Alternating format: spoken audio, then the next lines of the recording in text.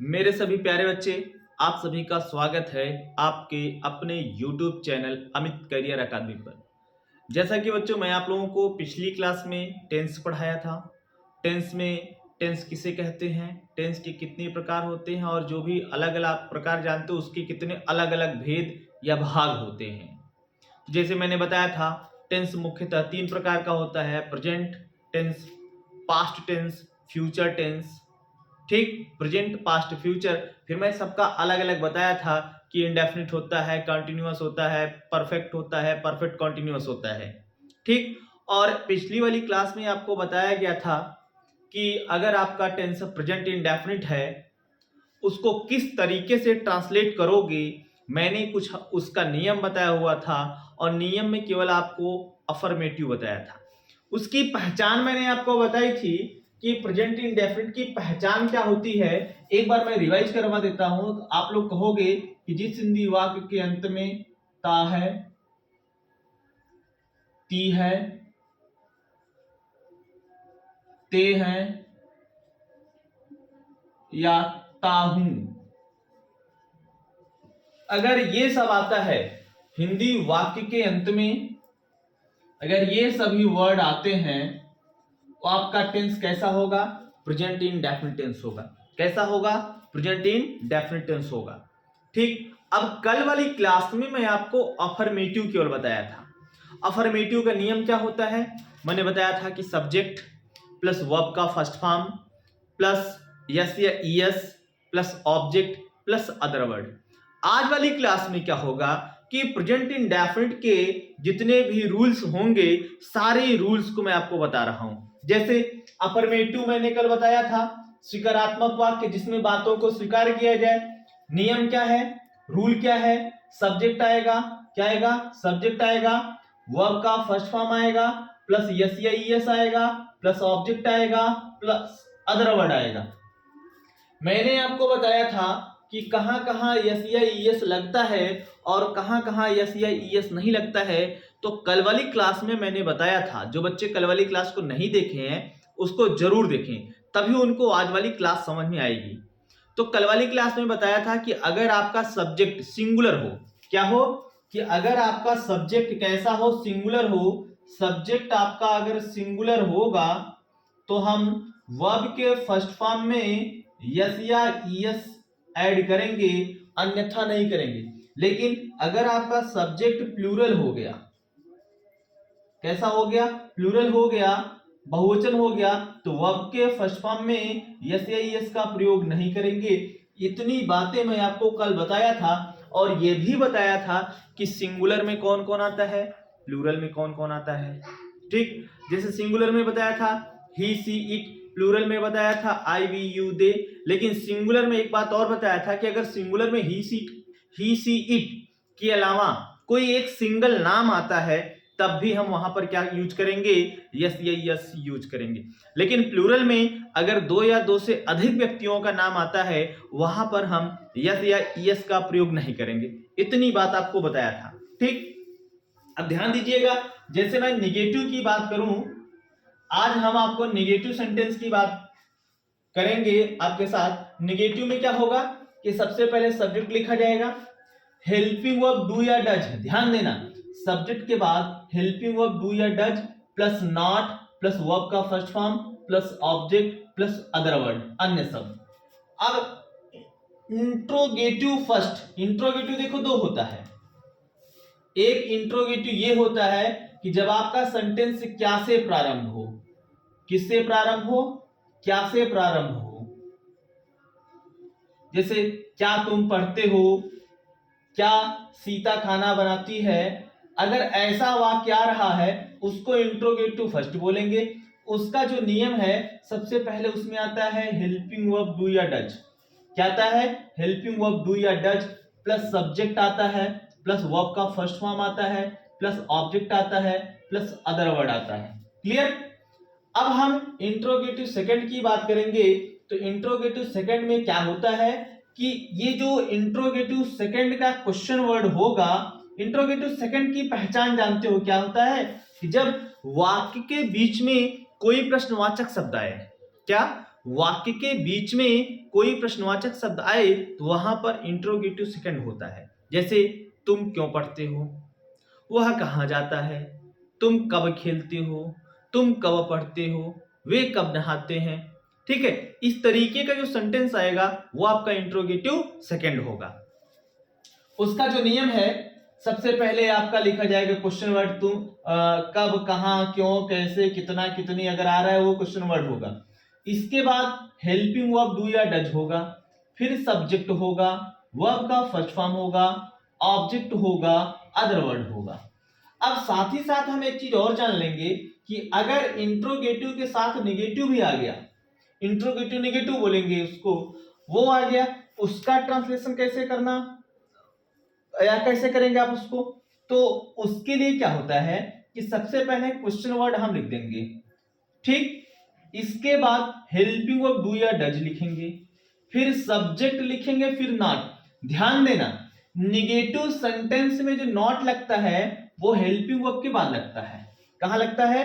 Helping verb के बाद। लेकिन इंट्रोगेटिव नेगेटिव में जो नॉट लगता है वो सब्जेक्ट के बाद लगता है। इसी बात को ध्यान में रखना है, ठीक है। इंट्रोगेटिव नेगेटिव में जो नॉट लगता है वो कहां लगता है? सब्जेक्ट के बाद। लेकिन नेगेटिव सेंटेंस में जो नॉट लगता है वो हेल्पिंग वर्ब के बाद लगता है। इतनी बात को आप समझ लिए होंगे, ठीक है। जिसको नहीं समझ में आया होगा वो वीडियो को एक बार, दो बार, तीन बार रिवर्स करके देख लेगा, उसको पूरी चीजें समझ में आएंगी। इतना आराम से बता रहा हूं, अब नहीं आएगा तो थोड़ा मुश्किल होगा, ठीक है। नोट कर लो, आगे चलते हैं। अब हम कराएंगे ट्रांसलेशन। सभी बच्चे कॉपी पर ये नियम लिख लेंगे, बाकी मैं ट्रांसलेशन करवा रहा हूं तो बताना, आप लोग कमेंट करना। जो बच्चे देख रहे हैं क्लास को वो बच्चे जरूर कमेंट करेंगे, हाँ आ रहा है कि नहीं आ रहा है। नहीं आ रहा है तो कमेंट सेक्शन में कमेंट करके बताएगा, हाँ नहीं मुझे नहीं आ रहा है, फिर से बताइए, तो मैं फिर से उस पर वीडियो बनाऊंगा। जितने भी वीक बच्चे हैं वो थोड़ा कायल से पढ़ लेंगे, सीख सकते, इसमें कुछ है नहीं। आसान सा सब्जेक्ट है, एक लैंग्वेज है, लैंग्वेज को लैंग्वेज की तरह आप पढ़ेंगे, आसानी से आएगा। चलो मैं कहता हूं, सेंटेंस में दो चार ठो लिखता हूं, ट्रांसलेशन आपको करना है। वे मैदान में, वे मैदान में फुटबॉल खेलते हैं, फुटबॉल खेलते हैं। अगला लिखिएगा, राधिका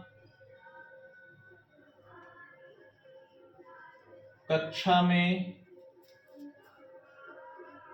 शोर मचाती है, राधिका कक्षा में शोर मचाती है। आगे लिखिएगा, बच्चे मैदान में, बच्चे मैदान में खेलते हैं।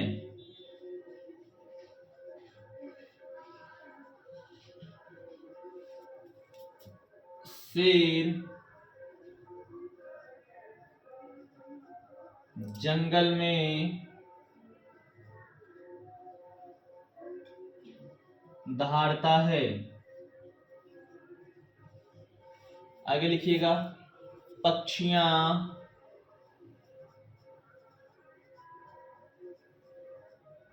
पक्षियां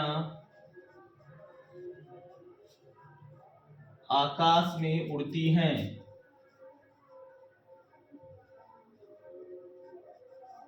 आकाश में उड़ती हैं। जितने भी बच्चे देख रहे हैं इसको ट्रांसलेट करके कमेंट सेक्शन में कमेंट करके बताएंगे इसका ट्रांसलेशन क्या होगा। कमेंट करिए आप लोग, किसका ट्रांसलेशन क्या होगा भाई।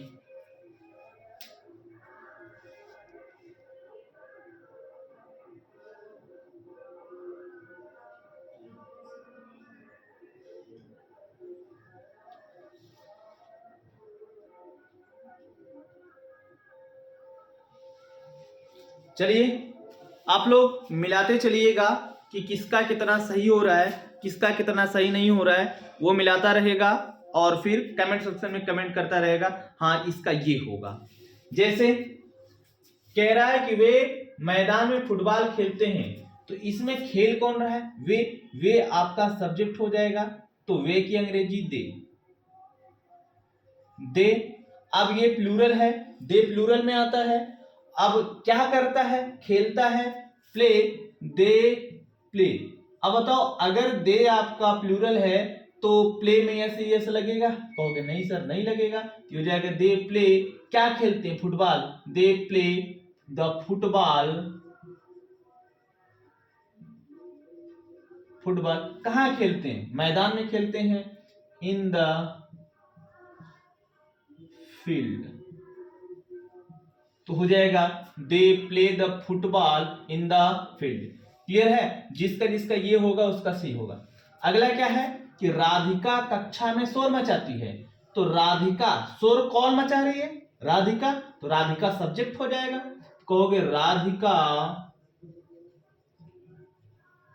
राधिका क्या करती है, शोर मचाती है, तो शोर मचाना होता है make a noise, make a noise का मतलब होता है शोर मचाना, तो राधिका मेक अ नॉइज। लेकिन ध्यान दो राधिका आपकी क्या है, सिंगुलर है, केवल एक नाम है। अगर राधिका सिंगुलर है तो मेक में यस या यस लगेगा, तो यहां लगेगा यस, तो राधिका मेक्स अ नॉइज, कहां, कक्षा में, in the class, in the class. Clear है, तो जिस बच्चे का ये हो जाएगा या ये किया होगा उसी का सही है, Radhika makes a noise in the class. अगला जरा देखो, अगला है कि बच्चे मैदान में क्रिकेट खेलते हैं या बच्चे मैदान में खेलते हैं, तो बच्चे हो जाएगा द चिल्ड्रेन, द चिल्ड्रेन क्या करते हैं, खेलते हैं, प्ले। अब ये बताना चिल्ड्रेन आपका सिंगुलर है कि प्लूरल, तो ध्यान दीजिएगा चाइल्ड आपका सिंगुलर है, क्या है, चाइल्ड सिंगुलर है, लेकिन चिल्ड्रेन आपका प्लूरल है, चिल्ड्रेन क्या है, प्लूरल है, हो जाएगा द चिल्ड्रेन। जब चिल्ड्रेन प्लूरल है, बहुवचन है, तो प्ले में यस या यस का प्रयोग नहीं करेंगे, तो द चिल्ड्रेन प्ले कहां, in the field, in the field. अगला है शेर जंगल में दहाड़ता है, तो दहाड़ने का काम कौन कर रहा है, शेर, तो यहां पर सिंगुलर लग रहा है, द लायन। दहाड़ना को होता है roar, ROAR, the lion roar. अब यहां पर एक शेर है, सिंगुलर है, तो यस या यस लगेगा, तो यहां यस लगेगा, द लायन रोर्स कहां, जंगल में, in the forest, in the forest. Clear, तो क्या हो जाएगा, the lion roars in the forest. जिस बच्चे का ये है उसका सही है। क्लियर है, आगे चलते हैं।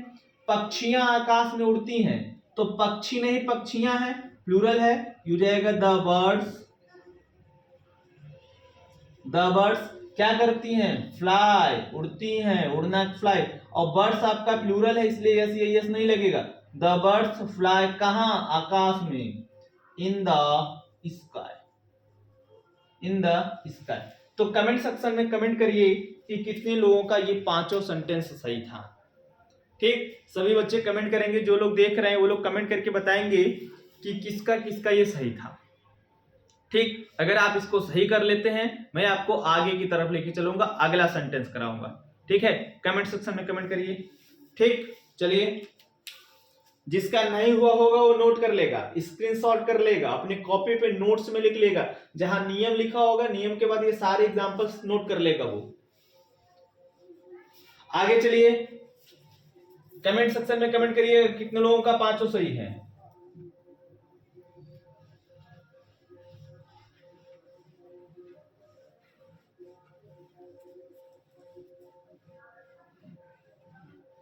अगला है और मैं आपको करा देता हूं, माली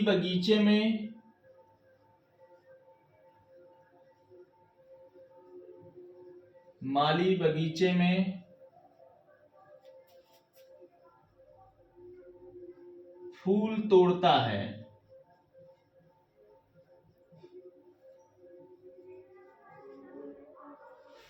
अगला है, मोर जंगल में नाचता है।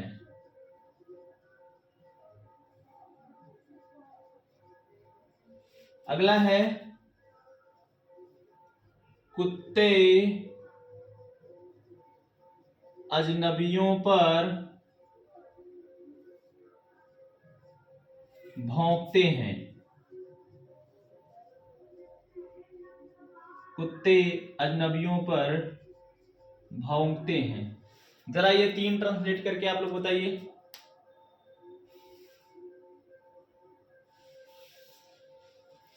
फटाफट इसको ट्रांसलेट करिए। चलिए मैं बता दे रहा हूं, कमेंट सेक्शन में कमेंट करके बताइएगा कि किसका किसका सही है। ठीक है, चलिए। माली बगीचे में फूल तोड़ता है, तो फूल तोड़ने का काम कौन कर रहा है? माली। तो माली को बोलते हैं गार्डनर। ये हो जाएगा आपका द गार्डनर। द गार्डनर क्या करता है? फूल तोड़ना। देखो, तोड़ना की 2 स्पेलिंग होती है। तोड़ना की 2 स्पेलिंग होती है, एक होती है ब्रेक और दूसरी प्लक। तो अब यहां पर मैं किसका प्रयोग करूंगा? ब्रेक का प्रयोग करूं या प्लक का प्रयोग करूं? तो इसको समझने के लिए थोड़ा सुने। देखिए, अगर किसी चीज को आप तोड़ रहे हो, थोड़ा फोर्स, बल का प्रयोग कर रहे हो। अगर बल का प्रयोग कर रहे हो तो समझ लेना वहां पर ब्रेक का यूज कर रहे हो। जहां पर बल का प्रयोग करके तोड़ोगे तो ब्रेक, लेकिन किसी चीज को आसानी से, कोमलता से अगर तोड़ लेते हो तो वहां पर प्लक होगा। अच्छा ये बताओ, फूल को आप कैसे तोड़ोगे? कोमलता से या थोड़ा बल लगा के? कहोगे कोमलता से। कोमलता से तोड़ोगे तो क्या होगा? प्लक होगा। क्या होगा? प्लक। तो द गार्डनर प्लक। और देखो, गार्डनर सिंगुलर है तो यस लगेगा। The gardener plucks. क्या तोड़ता है? फ्लावर। Plucks the flower. कहां? बगीचे में। In the garden.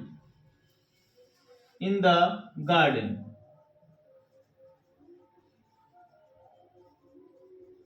In the garden. Second बताइए, मोर जंगल में नाचता है। नाचता कौन है? मोर। तो मोर की स्पेलिंग पीकॉक। द पीकॉक क्या करता है? नाचता है। डांस। और यहां पर एक ही मोर की बात कर रहा है तो यस या यस लगेगा, तो यहां पर हो जाएगा डांसेस। The peacock dances. कहां? In the forest. In the forest. Clear? अगला है, कुत्ते अजनबियों पर भौंकते हैं। तो भौंकते कौन है? कुत्ते। सब्जेक्ट पहले लिखा जाएगा। The dogs. इनका क्या काम है? भौंकना। तो बार्क मतलब भौंकना होता है। अब ये कुत्ते प्लूरल है, इसलिए इसमें यस या इसका प्रयोग नहीं होगा। The dogs bark. किस पर? अजनबियों पर। To the strangers. To the strangers. कुत्ते अजनबियों पर भौंकते हैं। तो कमेंट सेक्शन में कमेंट करके बताइए किसका किसका, कितने बच्चों का ये तीनों सही था। कमेंट सेक्शन में कमेंट छोड़िए, कितने बच्चों का ये तीनों सही था।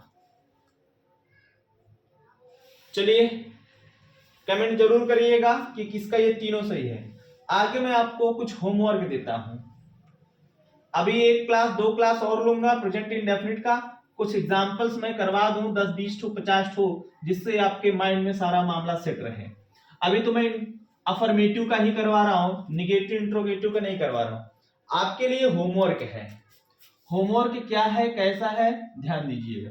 जैसे मैं खाना खाता हूं। मैं खाना खाता हूं। दूसरा होमवर्क है, मैं खाना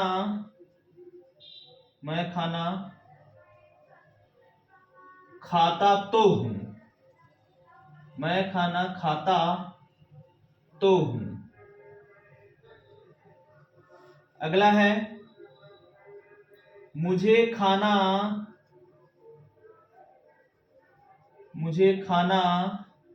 खाना पड़ता है, मुझे खाना खाना पड़ता है।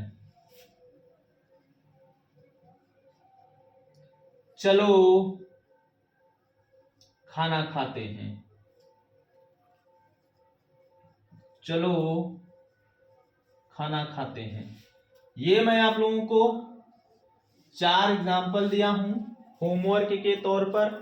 होमवर्क क्या है, आप लोग अभी क्लास देख रहे हो, क्लास देखने के बाद ये वीडियो आपके पास सेव रहेगी, आप अपने पास इसको रखे रहिएगा।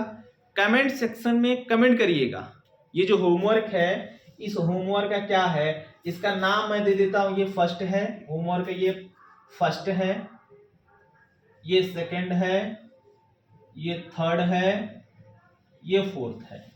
ठीक, ये 4 सेंटेंस का अगर आप लोग हमें ट्रांसलेशन सही सही करके बता देते हो तो समझ लो आपको प्रेजेंट इंडेफिनिट टेंस आ गया, आप अच्छे से सीख चुके हैं। ठीक है, आपको बहुत ज्यादा इधर उधर नहीं करना है। समझ लीजिए आप लाइन पर हैं, सीख रहे हैं। अभी आपको नेगेटिव बताना है, इंट्रोगेटिव बताना है, सारा मैं यहाँ पर आपको ट्रांसलेशन करवा दूंगा।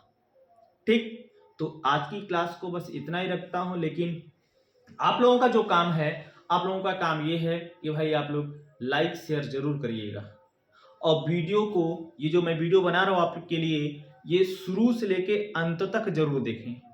अगर आपको क्लास अच्छी लगे, समझ में आए, मेरा पढ़ाया हुआ आपको समझ में आ रहा है, आप ज्यादा से ज्यादा बच्चों को शेयर करें। ठीक है, अगर आप ज्यादा से ज्यादा बच्चों को शेयर करेंगे तो आपका भी भला होगा।